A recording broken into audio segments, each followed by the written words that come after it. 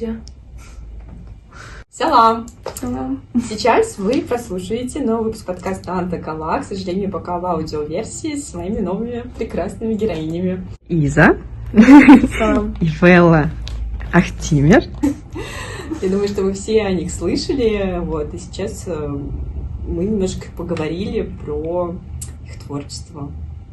Будет интересно. Спасибо, что пригласила нас. Очень рада познакомиться. Ставьте лайки. Анта Кала. Правда, если бы я была одна, я бы сидела в темнице и не выползала бы никогда и никуда. Она у нас готичная.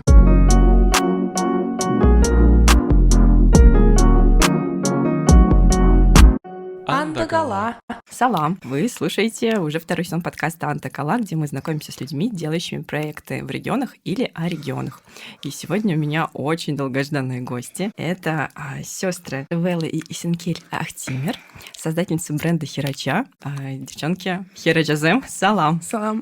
Салам. Правда, очень долгожданные гости, я даже не знаю, с чего начать. Вкратце расскажу нашим слушателям, которые не знакомы с брендом Хираджа, что это бренд, который создает очень интересную одежду, переосмысливая именно чувашские традиции, чувашское творчество. Если где-то я ошибаюсь, мне смело поправляйте, потому что я могу наговорить тут бог знает чего. Девчонки очень современно работают с этим материалом. И вот буквально, наверное, на днях, вернулись с... Казахстан Fashion Week. Да, спасибо.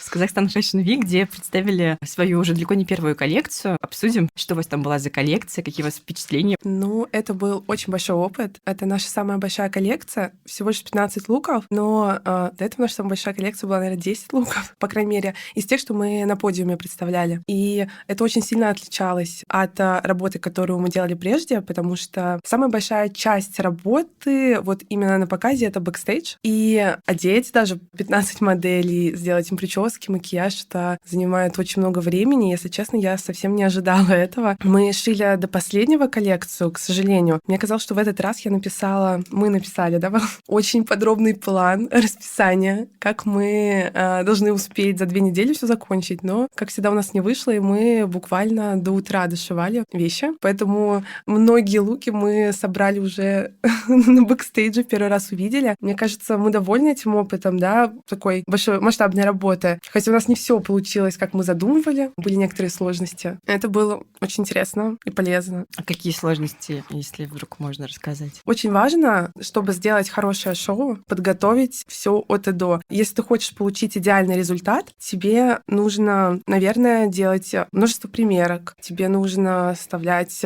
таблицы, графики, что будет выглядеть на какой модели. Если не сядет здесь, если не сядет там, как из этого выйти. Точные параметры моделей, которые могут надеть конкретную вещь. Для этого очень нужно много времени. И команда. Прям большая. Ну, хотя бы времени. Вот у нас не все из этого получилось, то есть над этим еще можно работать. Но это ваше первое участие прям в таком формате Fashion Week или еще до были какие-то опыты? Мы участвовали в показе молодых дизайнеров от Mercedes-Benz, кажется, Futurum. Это был наш самый первый опыт. Опять же, показ получился, не таким, каким мы ожидали, но это тоже дало нам много опыта. Ну, тогда мы тоже получили приглашение буквально за 2 недели. Да, там была такая... Кстати, расскажите, как это? Вот они вас сами приглашают? Или какой-то есть конкурс, там, вы отправляете свои идеи? Как вообще это происходит? Ну, вот конкретно с Futurum'ом нам написали за 2 недели, предложили поучаствовать, и мы подумали, давайте. У нас почти не было тогда луков готовых, и мы посмотрели друг на друга, такие, за 2 недели 10 луков мы сможем. Почему-то мы решили, что мы сможем. Ну, мы сделали коллекцию. На самом деле, все было не так плохо, просто это дало нам какой-то толчок к тому, чтобы расти. Мне так нравится, как всегда вот какие-то творцы, они критически оценивают свою работу, потому что изнутри вот видят весь процесс. Просто мне снаружи все кажется таким классным, все таким красивым. Да, спасибо большое. Ну да, мы всегда ищем, что можно улучшить. Это не приходится долго искать обычно. Хорошо, Казахстан, это же тоже такая тюркская страна, и так круто, что вы там стартовали, получается, с таким международным показом. Как вас там вообще приняли, какие были отзывы? Я почему-то давно очень хотела поучаствовать в неделе моды в Казахстане. Я не знаю, откуда у меня такая мысль была. Мы, наверное, 1.5 года назад подумали, а почему бы нам не поехать куда-нибудь в Казахстан и показать свою одежду? Мы, наверное, 1 раз подавались на одну из их недель моды, но и я не помню, отправили мы в итоге заявку или нет. Там несколько недель моды, не одна, большие. И достаточно старинные, там по 30 лет, по-моему, этим неделям моды. В прошлом году мы тоже случайно наткнулись на конкурс. Мы обычно не особо участвуем в каких-то конкурсах, а тут наткнулись на конкурс от Казахстан Fashion Week. Решили поучаствовать просто так. Нам было, наверное, нечем заняться. Там было интересное задание. Такое задание, чем мы обычно не очень занимаемся. И вот мы решили попробовать, отправили, и, на удивление, победили. А задание было связано вот с коллекцией, которую вы специально готовили, или просто? Не, осенью там нужно было создать несколько луков, используя переработанные материалы. По-моему, там еще была какая-то сайт-тема. Мы сделали 2 лука, мужской и женский, с драконами Аштага, вдохновляясь сказкой о 3 солнцах чувашской. Ну, наверное, от предания скорее. Вот, это были 2 таких брючных лука. Хочу, конечно, еще раз спросить про коллекцию. Вот я так сразу начала с последней, хотя, наверное, когда я готовилась, я думала, сейчас ретроспективно пойдем. Я, честно, горжусь и радуюсь, что мы говорим о бренде с чувашскими корнями в контексте конкурентной фэшн-среды, вот показы, лукбуки. Не о домашнем, как таком локальном, местном, а о чем-то, что куда-то вот выходит вовне, в большой мир. Надеюсь, вас не засмущаю. Я просто считаю, что Хираджет чувашский кутюр. Это такое мое отступление лирическое было. А расскажите о коллекции. Вот я у вас в Телеграме читала о том, что вы там переработали вышивку, как раз продолжили историю вот с платьем, которое было на конкурсе где-то в Лондоне, по-моему, да, если я не ошибаюсь, победила с перешти, со всеми такими ангелочками. Вот это очень интересно узнать, как вы работали с этим материалом. Да, вот для лондонского хеденлока мы создали платье очень необычным для нас силуэта. Мы хотели рассказать о мифологии, о сказках, и, не знаю, как-то нам в голову пришла идея, что такой немного исторический силуэт подойдет. Мы сосредоточились на цвете в чувашском костюме и на такой мифологической составляющей, и нам очень понравился эстетический результат, неожиданно. Нам не так часто, то есть нам не всегда нравится что-то, что в итоге получается в наших экспериментах. Ну и вот именно эстетически мы решили продолжить эту тему. Но мы обратились уже к другим источникам в этот раз. Мама нам в детстве рассказывала сказку о принцессе чувашской Падшахере, которая была такой красивой, что у нее просвечивала насквозь кожу, просвечивали кости, сквозь кости мозг и сосуды.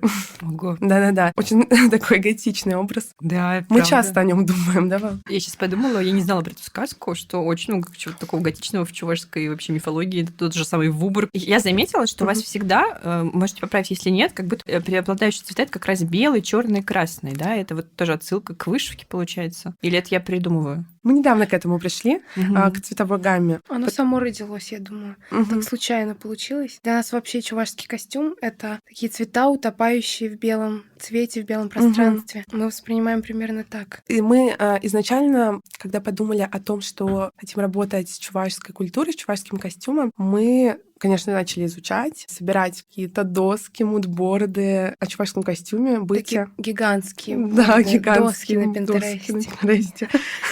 Самые такие интересные детали мы отбирали отдельно. И нам хотелось понять, как вот эти отдельные элементы можно привнести в современную моду. Например, как нам пришла достаточно безумная идея волынку чувашскую сделать сумкой. Или однажды мы нашли по-моему, каком-то Казанском музее на сайте пивные покрывала чувашские.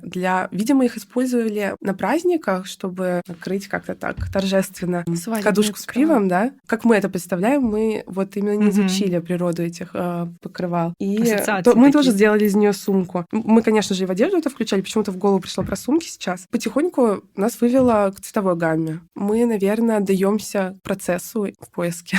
Да, я вспомнила, у вас же были такие еще с джинсой работы, как раз такой цветной, вышивка цветочной до, получается. Да, но это вот, наверное, наши самые первые шаги, когда мы еще не совсем знали, куда идти, как мы хотим работать. Мне кажется, очень логичный путь. Ну, то есть, прости, что перебиваю, ты пробуешь, пытаешься. Мы часто вдохновляемся костюмом 20 века, который очень изменился по сравнению с костюмом 19 века. Мне кажется, его чуть меньше любят. Согласна, да. Но он тоже заслуживает внимания. Это правда, это мои мысли.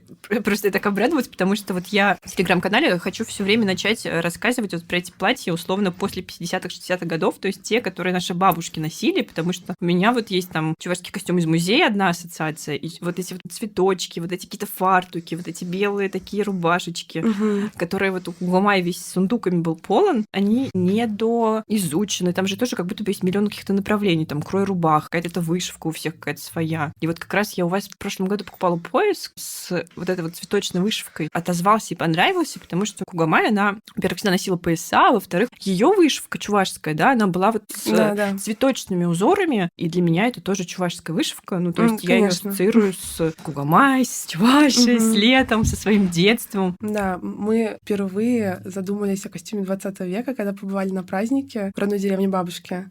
Это был, кажется, праздник деревни, да, Val? Да, День деревни. И там, кроме того, что был парад по улицам с музыкой, кроме хороводов, концерта, там была также выставка работ, наверное, жительниц деревни. Там были подушки, вышитые, одежда, конечно же, точёные из дерева предметы. Но вот эта вышивка, картины в рамках вышитые. Там было много флористических мотивов, там были лебеди, там были анималистические мотивы, такие яркие, почти неоновые, абсолютно безумные. И мы нафотографировались, у нас до сих пор эти фотографии папки, наверное, на рабочем столе. Это поразило нас. И вот тогда мы начали изучать. И костюм 20 века. Да, правда, удивительно погружающие работы. Погружающие именно, они тебя куда-то уносят в потустороннее. А вот мое недавнее открытие, это вот эта вышивка с девчонками, когда еще девочек на фартуках вышивали. Я не знаю, видели вы в Телеграме, я постила, мне кажется, я видела, да. Прям я такие тоже очень удивилась. Очень какие-то, я не знаю, мультипликационные девчонки. И это тоже вот было на фартуках, на платьях. Вообще Это, чудесно. Это супер просто. Да. Мне кажется... Обожаю. Да. Ладно, как-то плавно мы перешли к вопросу. Расскажите вообще, как пришла идея стать бренд Хираджа, как вообще вы начали заниматься модой? Велла, может быть, поведаешь? Я не знаю, как-то вот естественно родилось. Идея появилась. Вэл с детства мечтала быть дизайнером одежды, мне кажется, с 3 лет. И она всегда шила одежду. А какое-то образование вот у вас есть? Вы учились? Нет, мы учились не по дизайну одежды. Нас учила и учит до сих пор наша мама. Вот она как раз дизайнер одежды, исследователь чувашского костюма. Да. Все детство я копалась в выкройках. Мне так нравилось кроить, переводить. Как мы придумали бренд одежды?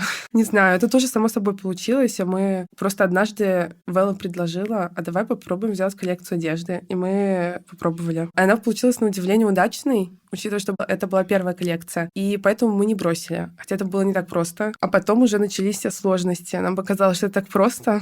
Все будет легко и быстро. Да, шеи носи. Оказалось, что все не так. Наверное, это судьба. Она нам помогла первый раз, а потом, чтобы мы не бросили это дело. А что была ваша самая первая коллекция? С чем вы работали? У нас были такие немного в спортивном стиле атласные костюмы. Ну, не совсем спортивный стиль это. Может, ты лучше скажешь? Но они вполне народные такие костюмы. Просто они простые, квадратичные, монументальные такие. Да. Это то, что я помню, на самом деле. Мы использовали вышивку, но мы использовали из ботанической книги иллюстрации японского автора XIX века и создали программы, и вот вышли на этих немного спортивных силуэтах. Еще были платья у нас атласные. Тут Велла подсказывает, что 18 века. 18-го? По-моему. Вот тогда мы еще не так ответственно относились к источникам. Мы знали, что источники старше 100 лет можно использовать. Их быстренько все сохранили, начали с ними работать, а автора потеряли. Несколько раз снова находили, снова теряли. Мы сначала даже не указывали, чьи работы мы взяли. Хотя так делать, конечно же, нельзя. Нужно обязательно всегда указывать источник, да, с которым ты работаешь. Там 100 лет, по-моему, 90 лет со смерти автора, это какое-то народное достояние, если я не путаю, нужно читать, изучать, там прям как-то все очень... Все равно источник надо указывать. Прописано, да, вдохновение. Несмотря на то, что мы живем в каком-то мета-мире, что-то там, где все цитируют. А это не та коллекция, где были вот как раз этот пояс, который я взяла, корсеты с флористическими узорами, нет? Это же чуть более позднее. Нет, это вот как раз та, с которой мы участвовали в Питере. В Питере, да. Ну, кстати, тогда у нас были готовы. Мы вот прям работали как раз над поясами, над джинсами. Вот эти луки у нас были, и мы их вот задумывали, над ними прям работали. А то, что там было надо доделывать, кисетчатые платья, вот то, что мы дополнили. Да, те мы шили в те 2 недели. Вы сами шьете? Да, мы все шьем сами. Прям все, вот сейчас 15 луков на Fashion Week сами сшили. Да. Анта, хочется сказать. Нам помогали немножко подключили родителей. Папа вырезал нам кожаные подошвы, например, для наших экспериментальных туфель. Туфли мы делали сами. Это моя мечта была очень-очень давняя. Научиться шить обувь. Теперь мы немножко понимаем, куда надо двигаться для того, чтобы сделать туфельки Мари Антуанетты, вышитые ручной работы. А вот эти цветочные принты, вот я сейчас как такая училка, типа, как вы они придумали? Ну, правда, очень интересно. Ну, источником вдохновения был пижень. Так. Это Лепень. чертополох. Чертополох. Лепейник. Ага. И вот как-то в процессе опять. На самом Ну, это деле, все мне- интуитивно, как будто бы чувствами получается, да, не такими совсем так. образами. Мы, когда приезжаем в деревню к бабушке, А в каком районе вы? в Комсомольском районе. Мгм. Так, о чем я? Вот, когда мы туда приезжаем, у нас все вокруг почему-то в этом репейнике. И Вэлла много лет мне говорила. Это такое яркое воспоминание из детства А. еще. Кругом окружал, был выше тебя, цеплялся Да, ко всей очень твоей готично. одежде. Присутствовал в моей жизни. Да, и Вэлла мне всегда говорила, что нам надо обязательно делать именно репейники, делать рисунки, вышивки. А мне всегда казалось, то он не настолько впечатляющий. Но вот когда начали работать, я поменяла Это зов мнение. сердца. Там розы заезженный такой Мгм. образ, да, вот эти все там, я не знаю, пионы, а репейник, он такой какой-то вот недооцененный немножечко, как будто бы цветок. Хотя сейчас... Родители нам говорили, что, кажется, одной из версий чувашского флага, когда его разрабатывали, был рисунок с мотивом репейника. Ого, я не Как слышала. будто бы. Так что Это не тоже только мы это такое заметили. случайное совпадение. Да. Есть ли какие-то темы, да, может быть, которыми вам хочется еще поработать? Или пока это такая загадка, секреты? Нам хочется поработать со всеми сказками, со всеми мифами. Нам нравится работать, наверное, с текстовым источником. Мне кажется, недостаточно людей знают о том, какая богатая вообще фольклорная культура в Чувашии. А я узнала только, не знаю, во взрослом возрасте и о Вуба, и обо всех остальных героях мифологии. Но я вот, кстати, Мгм. часть героев узнаю из названий ваших коллекций. Вот вы сейчас сказали слово, я уже забыла вот это название. Вот были перешти, а еще драконы вот эти вот. Аштаха. Аштаха, да, вот. Я про них тоже ничего не слышала. Мы вообще заметили, у нас тут есть это, боже, как это ужасно, я не помню автора книги, которую мы читаем. Наверняка, может, ты видела, синяя книжка, Да, это там те «Луна», легенды. чувашская мифология. Да. Это Надо такая Библия, мне посмотреть. кажется, какая-то основная, Да-да-да, где все Библия. собрано. Правда. Мы часто к ней обращаемся. И там я заметила, просто множество драконов указано. Не только Аштага, Верешлень, какой-то еще вид летающего змея. Мне кажется, это не даже какие-то разные виды драконов, они разные названия одного, как я поняла, Как в читая Гарри другие Поттере, знаете, источники. там Да. тут тоже их много. Хотелось бы углубиться как раз в мифологию, в сказки, поглубже изучить. Как-то сразу решили, что вы будете именно вот с чувашской темой работать? Или тоже как-то к этому пришли? Вэлла придумала название Хираджа. Как, кстати? вы Просто говорите? мы из головы? думали название Ага. для нашей первой коллекции, которая вроде бы не очень связана была с чувашской культурой. Мы об этом как-то даже не подумали, не задумались. Но она предложила название Хираджа. Я подумала, классно звучит. Почему нет? Раз мы из Чувашии, надо чувашское название. Наверное, самые наши первые попытки мы не обращались к чувашской теме. Может быть, наши 2 коллекции небольшие первые.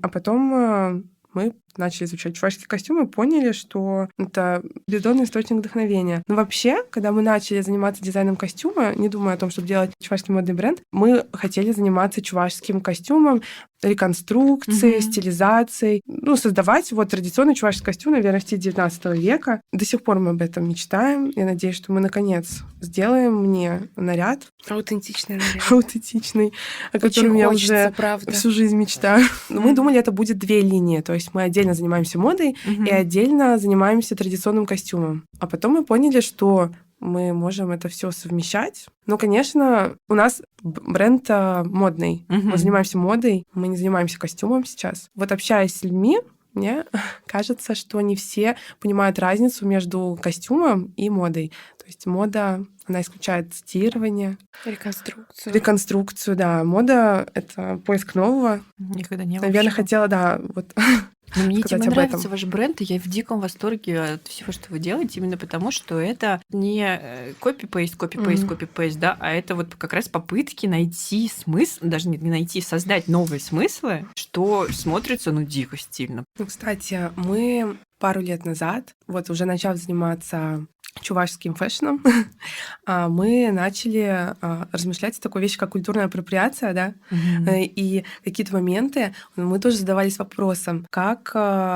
Вот говорят же, что если ты используешь какие-то мотивы определенного народа, особенно если это имеет какое-то важное значение, там, ритуальное, узор определенный или предмет одежды, то, по идее, его нельзя носить кому-то другому. В какой-то момент мы поверили этой идее, но потом мы немножечко переосмыслили А ты что думаешь на этот счет? Я тут либерально очень. И знаки нагрудные у тебя не те, ты вообще надел хушпу вместо тухи. Я просто для себя, это опять-таки мое мнение, думаю о том, что такие маркеры были важны в прошлом. Как раз по костюму узнавали, что там девушка свободна или не свободна, например, да, можно там мне сосвататься или нет. Но сейчас же мы как-то по-другому к этому относимся. Там статус в соцсетях, семейное положение, условно, там кольцо на пальце. Я не вижу ничего плохого в том, что кто-то, желая, может быть, подчеркнуть, что он чуваш, берет это и использует. То, что ты сам вкладываешь своими мыслями, оно в тебя как-то вот и попадает. Но я просто думаю о том, что если бы в витрине оставлять в музее и ничего с этим не делать, да, вот боясь, и мы сейчас это возьмем, не так используем, то это просто максимально сотрется в истории, оно останется там, и все, оно в настоящем никак не будет существовать и присутствовать. А очень бы хотелось, чтобы оно развивалось, продолжалось. И вот как раз в Хираджа, это говорю в третьем лице, но вот в вашем творчестве, что мне нравится, что у вас же, по сути, вот даже сейчас вижу Вэлла такая интересная, жаль, что не видео подкаст, но все-таки поверьте, в черной рубашке, на ней такие вот розовые, вот как их правильно описать-то? Это не листья, что это? Это листья. Это и есть листья. Листья. Я вижу в этом и деревню, да, свою, то, что мне ассоциируется с моим детством. И как бы для меня это, в принципе, тоже относительно чувашское. Но в то же время это же не ромбические вышивки, да, строгие. Вот, это вот что-то другое, отсылающее к моим уже воспоминаниям. Не знаю, я, наверное, запутала вас своими рассуждениями. Нет, я с тобой во всем согласна.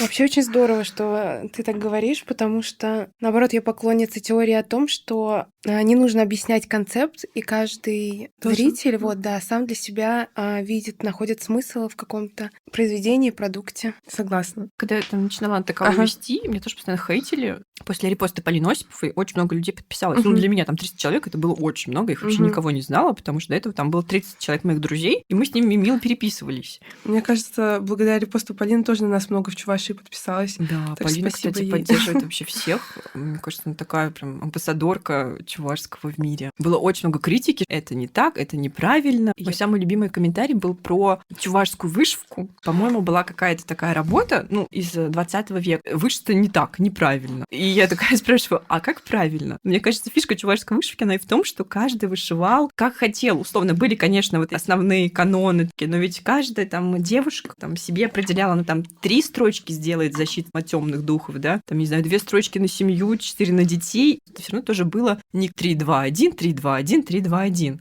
И поэтому мы сейчас смотрим в музеях, потому что каждый раз ты поражаешься, как это все многогранно. Я понимаю, о чем они, наверное, эти комментаторы. Хотя я не видела. Я немножко их тоже понимаю, что они вот берегут традицию, берегут вот, чтобы все. У них, конечно, была свобода, но она была в рамках, то есть присутствовал образец, какой-то стиль, в котором они работали. Это тоже очень важно просто. Мне кажется, если работаешь с традиционной культурой, то очень важно изучать предыдущие достижения. Вот часто мы получаем отзывы о том, что это совсем не похоже на что-то чувашское. У меня просто очень много мыслей возникло, начиная с культурной апроприации, про традиции и про свободу вышивки. Все это меня немножко сейчас запуталось, да. Но вот я сейчас поняла в разговоре с вами, что, например, все-таки, это, наверное, еще в подкасте с Геннадием Николаевичем Ивановым-Марковым мы говорили, что важно уважать, сейчас это, наверное, грубо прозвучит, какие-то гоу-гоу костюмы танцовщиц с чувашской вышивкой, было бы ужасно, отвратительно, и прям, это фу, это я бы сама захейтила, тоже сказала бы, это что такое? Тут все равно нужно понимать, да,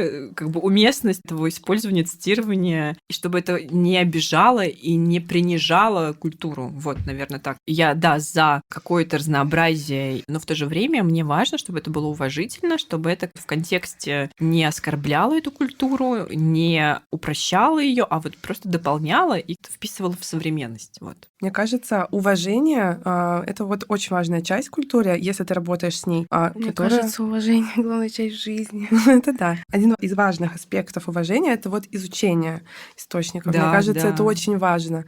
Чтобы ты знал, как что делается, и не нарушал каких-то табу, наверное, культурных.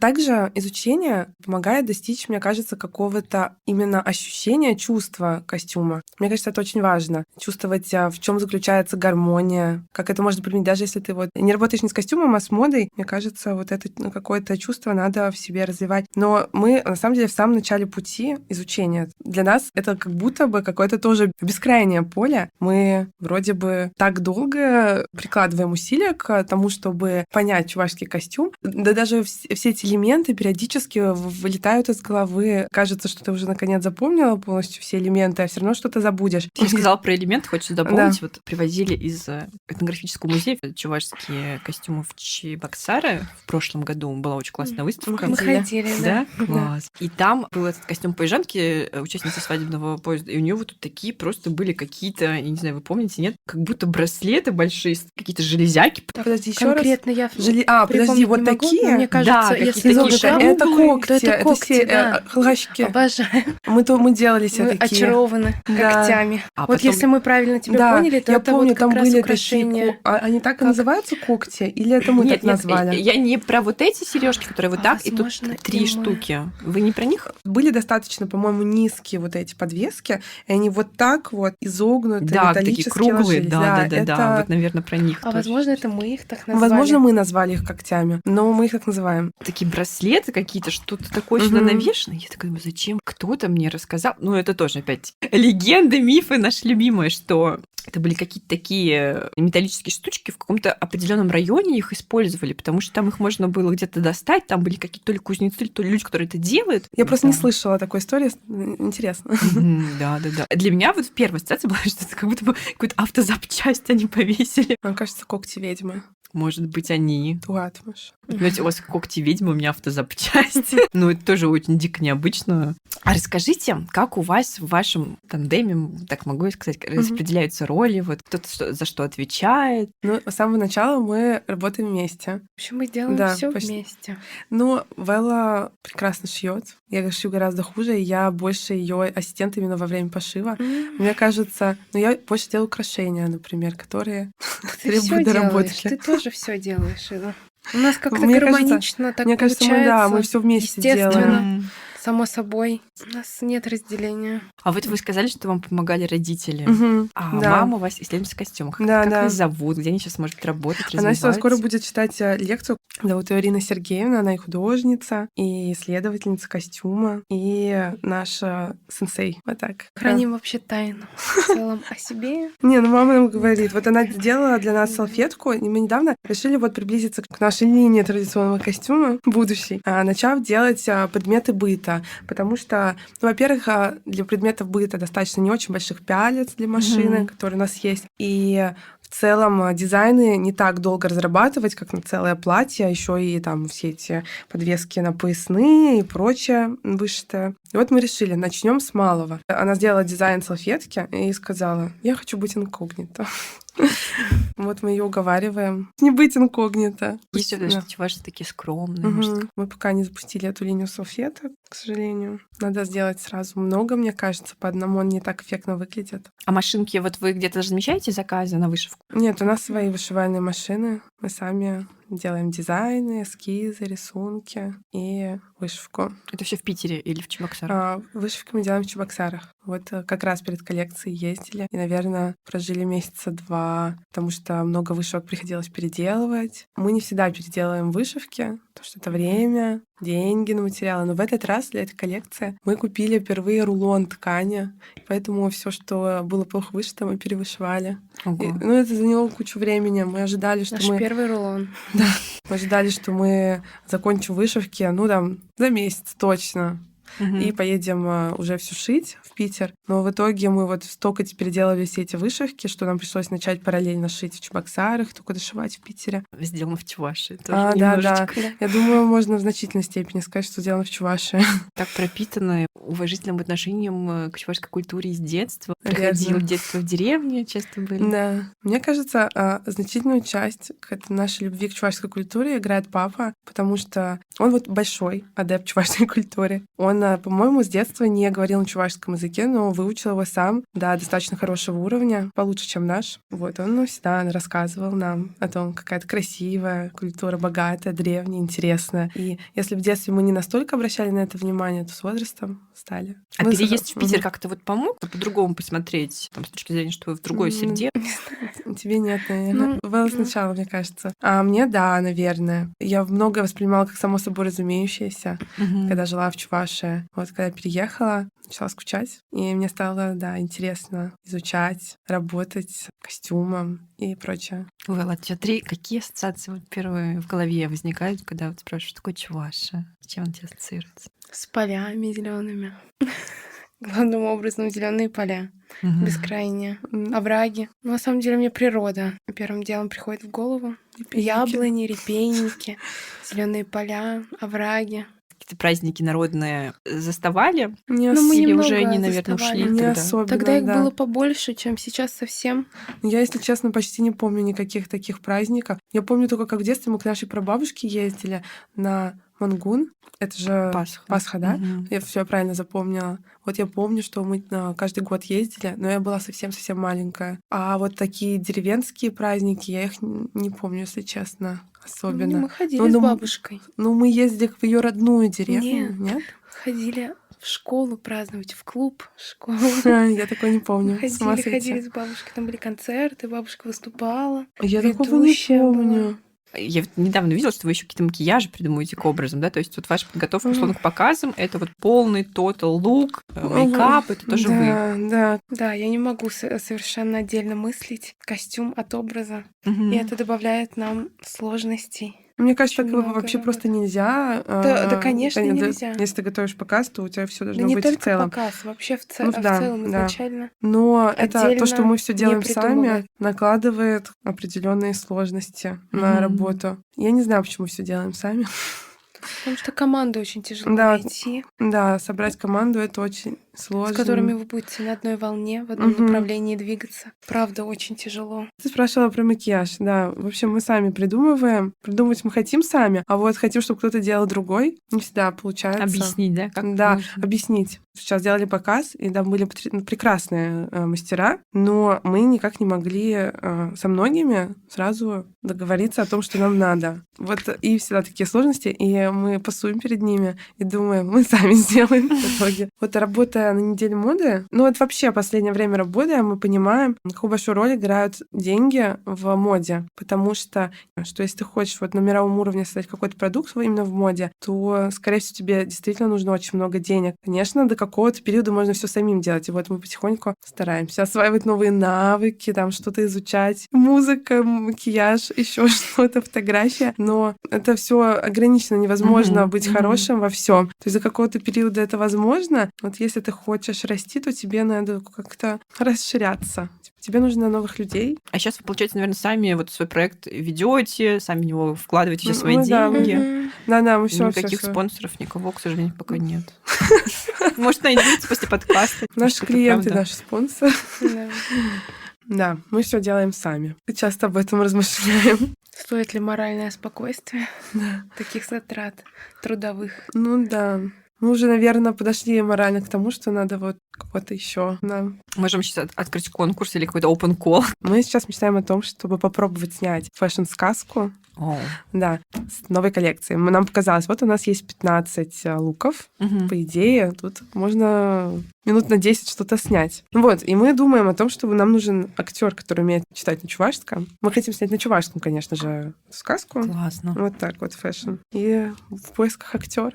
Рассказчика. Рассказчика, да, в поисках рассказчика, слэш-модели с актерскими данными. Вот мы подумали, что мы вряд ли найдем столько людей, которые хорошо играют. Пойдем по пути меньшего сопротивления, возьмем одного рассказчика. Вот, посмотрим, что получится, пока это кажется немножко нереально. А вот платья с Fashion Week вы как-то их потом будете продавать? Через пару месяцев, наверное. Потому что у нас пока на них еще планы есть. Пока так что мы их не будем продавать. Но вообще мы обычно сэмплы не продаем, мы шьем на заказ копии. Но вот иногда и сэмплы бывают, поэтому мы предупреждаем обязательно клиентов, что сэмпл. Хотя обычно он там одевается 1-2 раза на съемку, но все равно.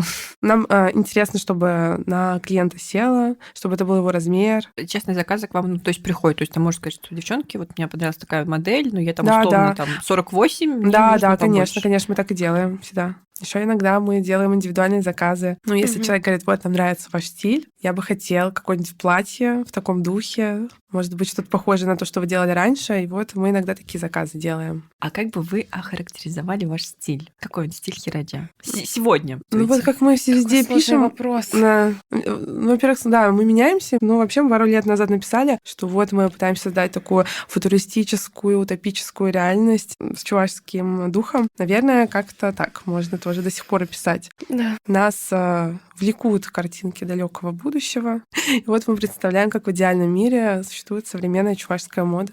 В идеальном мире будущего. Не было каких-то таких интересных вопросов или там, я не знаю, случаев, историй? Мне кажется, часто впервые слышат о том, что существует Чувашия. Наверное, каких-то вопросов не задают, но мне кажется, всегда...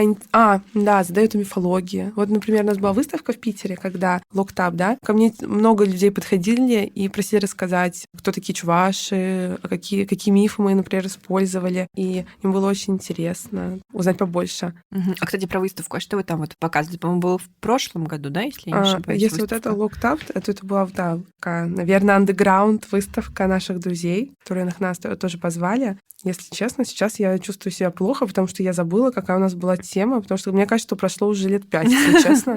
Ну, вы еще просто Ты помнишь после тему? Казахстана не отошли, мне кажется, у вас там да, всё. думаем только о складках и отпаривании одежды. Больше ни о чем не думали. Чтобы модели все пришли и все Ну, влезли. как-то так. Ты помнишь тему, нет? Я тоже сейчас не помню. Я помню, что была выставка в прошлом году вот в Петербурге. Ну, там у нас были работы, был такой современный сурбан. Мы захотели рассказать историю на концах сурбана. Там у нас появилась супергероиня Северби, которую мы придумали, чтобы бороться со злом. Она узнает от Перешти, что вот у нее есть суперспособности побеждать зло. У нее появляется ее верный друг Ургамах, и вот она отправляется защищать мир. И вот нам такой сюжет изображен на конце шарфа /сурбана. Вот такая у нас была работа. Еще у нас был лук из мягкой ткани. Лук Северби. Да, лук Северби. Он был из ткани и мягкой проволоки. Он немного разваливался, когда его берешь в руки. Слушайте, а очень еще хочется с вами обсудить вот ваши фотосессии, лукбуки, да, как вообще вы над ними работаете. Тоже вы сами, получается, все это продюсируете, придумываете концепцию, снимаете тоже сами. Мы всегда все сами снимаем.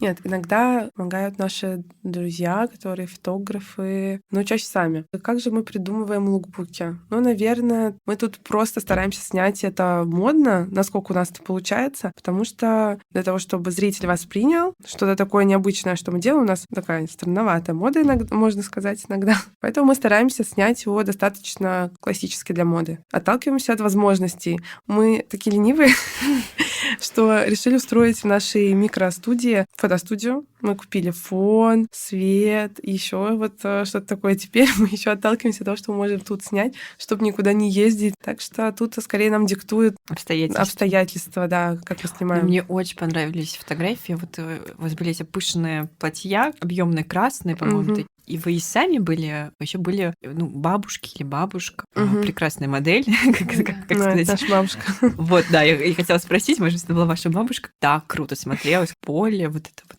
съемка моя любимая. Ну, это вот мы впервые подумали, что сами хотим снимать наши лукбуки, и тогда я еще вообще не умела фотографировать, я вообще ничего не знала ни о фотоаппаратах, ни о том, как надо снимать. Но вот мы как-то с Вэллой придумали, что хотим съемку в поле и с бабушкой. В общем, мы хотели съемку в поле с бабушкой, мы получили съемку в поле с бабушкой. Как поет Ариана Гранде, I want it, I got it. I want it. Да. А по-чувашски вот чуть-чуть поговорили, вы с детства говорите или вы как-то сейчас начали, может быть, учить язык? Мне кажется, мы в детстве вот лучше говорили, чем сейчас, к сожалению. Хотя мы стараемся сниматься, и в семье мы часто говорим на чувашском. Я даже как-то пару лет назад, когда у меня было больше свободного времени, чем сейчас, я решила, все, я найду себе репетитора по чувашскому языку, я его выучу, буду стихи писать на чувашском.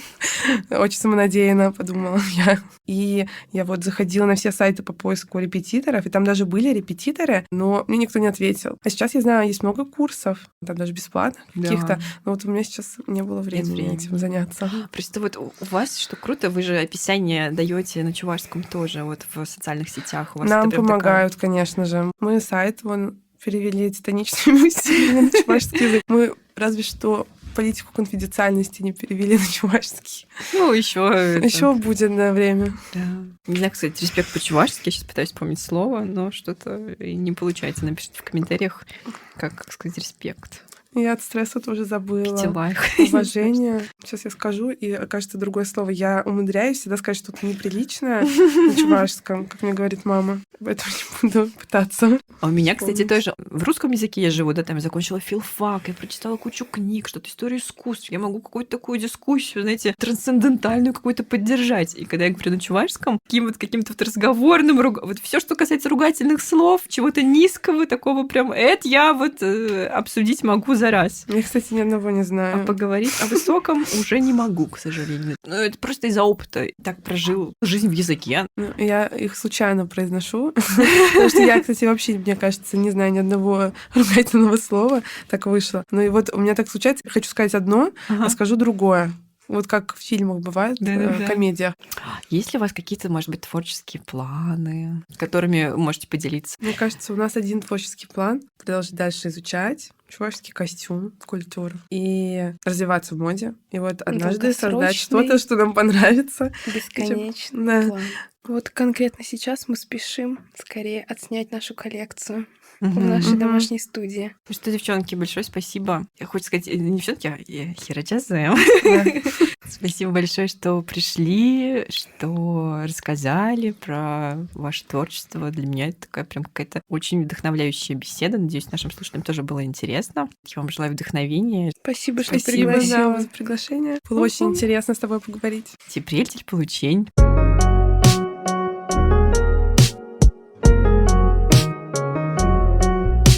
Андагала.